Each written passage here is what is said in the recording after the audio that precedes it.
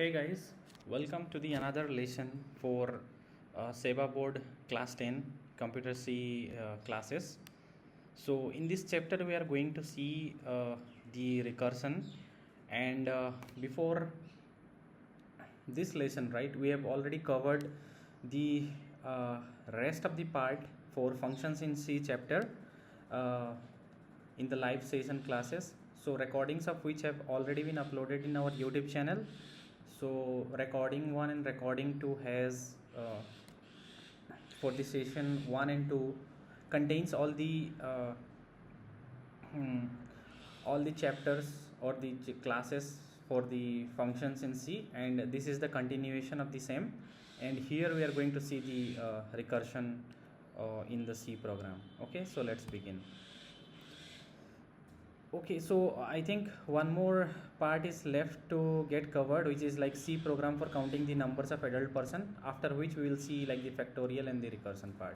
Okay, so this program is basically for counting the numbers of adult person, and what this program does is like it takes the input from the user, like it takes the age of the person in the form of input, and based on certain logic it prints like whether the person is adult or not, and finally the program prints the total number of adult person. So let's see how this program runs. So initially we have has include stdio.h. age is an array which can take input up to like 20 elements. Person count, we have defined one variable and put it as 0, and this is a function to take the input from the user, and find adult is another function that actually tells whether the person is adult or not. And as we all know, like our program starts from main, so we'll start from here. So initially we have int main, then we have input. Once this input function is getting called, the control goes over here to the void input function. So this is a void input function, and the return type is void. That means this function doesn't return any sort of variables, okay, or any sort of output to this function. So basically all this program will get executed and the function finishes. So initially we have this, we are taking inputs in the form of array. How many persons are there? Person count. So we have initialized the person count is a global variable and declared a 0. Now the user has the options to update this person count. So if say user is like put as 4, okay, in this example we have took like the scenario of 4, and then this loop runs 4 times from I is equal to 0 to I less than 4. Enter the age of the person, and then it will do scanf in the age array. So age 0, age 1, age 2, age 3. So this 4 input will be taken from the user, and this age 20 array will be updated. Okay, then this age 4 will contains this all the 4 elements. Okay, then the control moves over here to the input. Then we have another function called which is like find adult. Now the control again moves over here. This is again a void function, which means it doesn't return any value. The function will get executed from top to bottom, and then the execution completes. Okay, now age count is equal to 0. Then we have like adult count equal to 0. Now these 4 loops run from I is equal to 0 to I less than person count is 4. Since it is updated as a very global variable, and the value got updated over here, so the value will remain the same throughout the program. So here this person count was updated to 4, so this loop will also run 4 times. Okay, then again if age 0 greater than equal to 18, if the first element, because the array elements start from 0, if the first element is greater than equal to 18, we print like percentage d is an adult. Okay, and then we update the adult count. Now this adult count is like 0. If that person age is like greater than 18, we update this adult count to 1. Adult plus plus means if this person count was 0, then adult count plus plus will make this value to 1. And again next time when this it will come over here, then the adult count will be updated to 2. So similarly, every time this the conditions becomes true for this part, this adult count will get updated every time. Okay, and if the age is not greater than or equal to 18, it will print like percentage a person is not an adult. And then after this for loops executes, our total number of adult person percentage d adult count will be printed in the user UI. Then the program, after execution of this program, the control moves over here, then printf /n, that means there would be two new lines. /n will basically give you new line, that means there would be two spaces, and then the program returns 0. Okay, so let us see like the dry run of how these things work under the hood. So initially say person count user is given as 4.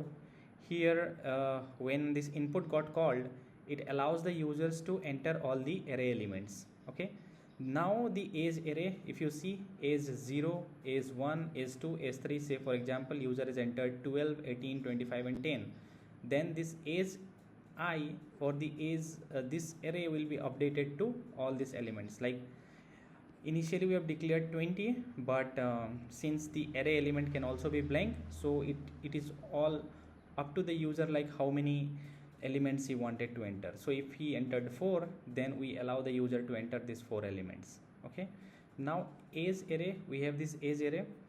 Then after execution of this program, this function, the control moves over here, then it goes to the find adult. So find adult, again it will run for the 4 times, and this is where our the main execution or the main program logic is written.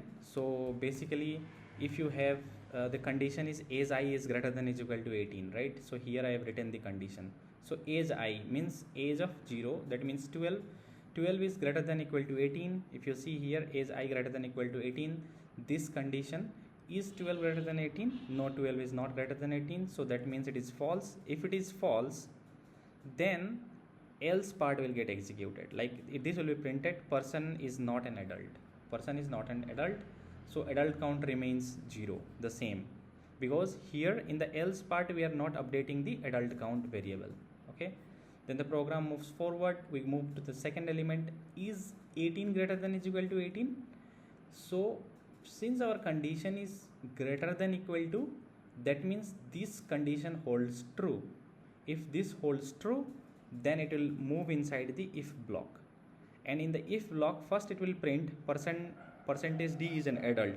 So in this case I value was 1 plus 1 is 2, so person 2 is an adult, so this will get printed, and then the adult count will be updated to 1.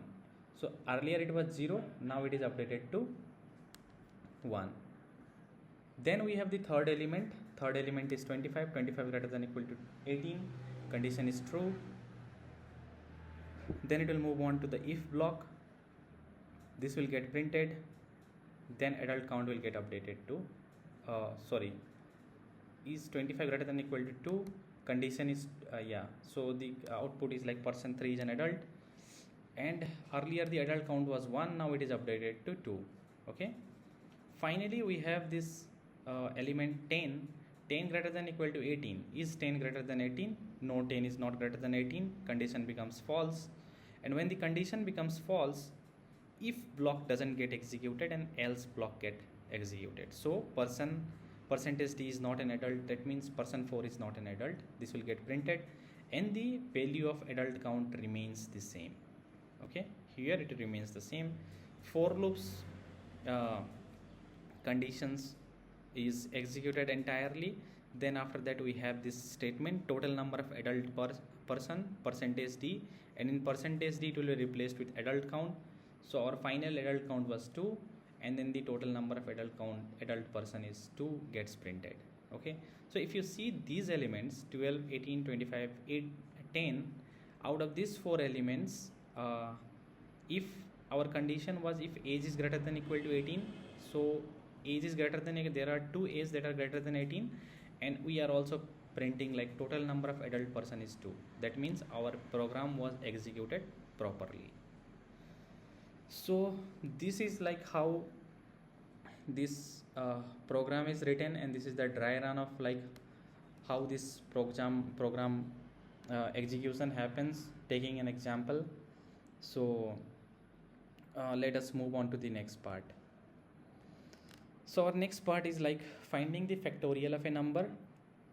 If you know about the factorial, right, you have already, I think, learned this in mathematical classes, and here is also a simple definition of factorial of a number. The factorial of a non-negative number n, written as n factorial, is the product of all positive integers from n down to 1. So for example, if someone is asking the factorial of 5, then we have 5 into 4 into 3 into 2 into 1.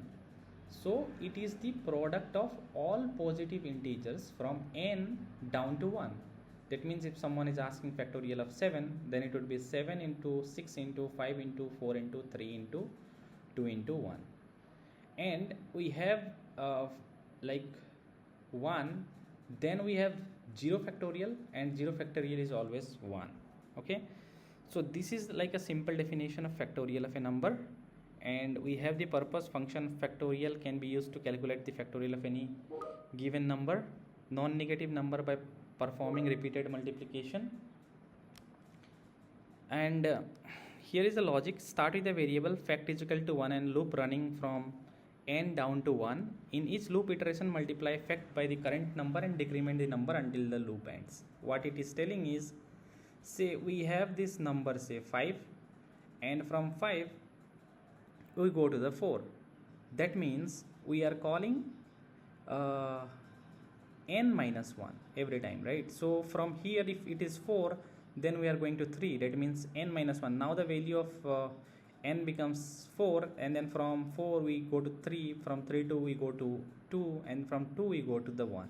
Okay, and finally we have this terminating condition where 0 factorial is equal to 1. So let us move forward. We'll also try to execute this using one of the examples so that things becomes clear to you. And we have something called as recursion in computer science. Okay, so what recursion basically means, when a function calls itself inside its own body, it is called the recursion. That means whenever any function is calling the same function from where it enters, okay, then that phenomenon is called as recursion in computer science. Okay, and then the function which is used in that case is called the recursive function. Okay, in recursion, the caller function and the callee functions are the same. Program controls repeatedly goes back to the same function until its stopping condition is met. So there is some breaking condition or the stopping condition, after which the program stops executing. Okay, so this kind of phenomenon where a function is calling itself inside its own body, this is called the recursion. Here is a very simple syntax. We have this void f function. There are certain statement, and if you see here, this function is getting called. When this function is getting called, this is the same function from where the function execution begins. So that means this f function is calling itself, then again it comes here, then it goes over here, then again the control moves here, and then this loops repeat. So there should be some terminating condition after which this function stops. Okay, so here we have mentioned an important point. Recursive function must have a base condition to stop the repeated calls, otherwise it will create an infinite loop and may crash the program. So that is the same thing it is telling, like if this function is calling itself, then again this function is getting called, again it will come here, again it will get called. So this loop will continue to an infinite loop. So that is the thing it is telling, like a recursive function must have a base condition to stop the repeated calls. So there should be some terminating condition or the base condition. When that condition is met, at that time this function will stop executing. Okay, so let us move to find the factorial of a number using recursion. Okay, so this is one example. If you see here, the program start with hash include stdioh int factorial int number. So this is a like the recursion. We will see this is a recursion function. But before that, let us move to this int main part. This is the main part where our entire execution of the program resides. And then in the main part we have a number. We are asking the user for a number. Say for example, user has entered 5. Okay, then we have this function called find factorial. Okay, and when this find factorial is getting called with this number, say 5, then this function will get executed. This function will run till the stopping condition is met, and then it will assign this variable value to the factorial variable. Okay, and after this we assign this value to this factorial variable. We print here like the factorial of number is percentage d factorial. Okay, then the factorial of the number gets printed. Now let us see how this function executes. Okay, so user entered a variable, say 5. Now the function call happens, find factorial 5. Now if you see number we have 5 is equal to 0, 5 is not equal to 0, condition becomes false, then it goes to the else condition. And in the else condition we returned, what we returned? Number into find factorial number minus 1. What was number? Number was 5, right? Number was 5. 5 into number minus 1. What is number minus 1? 5 minus 1 is 4. Now we have factorial of 4. Now from here it is not returning the value. Why it is not returning the value? The reason being, here if you see the second part, this is the first part, this is the second part. Here the function is calling again itself, find factorial, where the control will move. Then it will, the computer program will check where this find factorial is written. The control will again move here, right? Then we have this time instead of 5 we have number minus 1. What is number minus 1? It is 4. Now again this condition it comes inside this loop. 4 is equal to 0, 4 is not equal to 0. Then again it comes to the else condition. When it comes to the else condition, we have number into find factorial of 4. Now 4 minus 1, number, because the number was 4 and number minus 1, 4 minus 1 becomes 3. So we have find factorial is then replaced with 4 into find factorial 3. Then again find factorial 3 is getting called. 3 is not equal to 0, else condition. Similarly we have 3 into 2. Again the same function will get called. 2 into factorial 1. Now 1. We have find factorial 1. Find factorial 1. 1 is not equal to 0. Then again it will come here. Number into find factorial 1 minus 1, 0. So number was 1. 1 into find factorial of 0. Now when this function is getting called, find factorial 0, if you see here, when in number is passed as 0, 0 is equal to 0, condition becomes true, then it returns 1. Now this find factorial will be replaced with 1. Okay, now the control moves here, and then this entire thing will get executed. Okay, so this will get printed 5 into 4 into 3 into 2 into 1, and then it moves over here. So the final expansion or the final program would print 5 into 4 into 3 into 2 into 1 is equal to 120.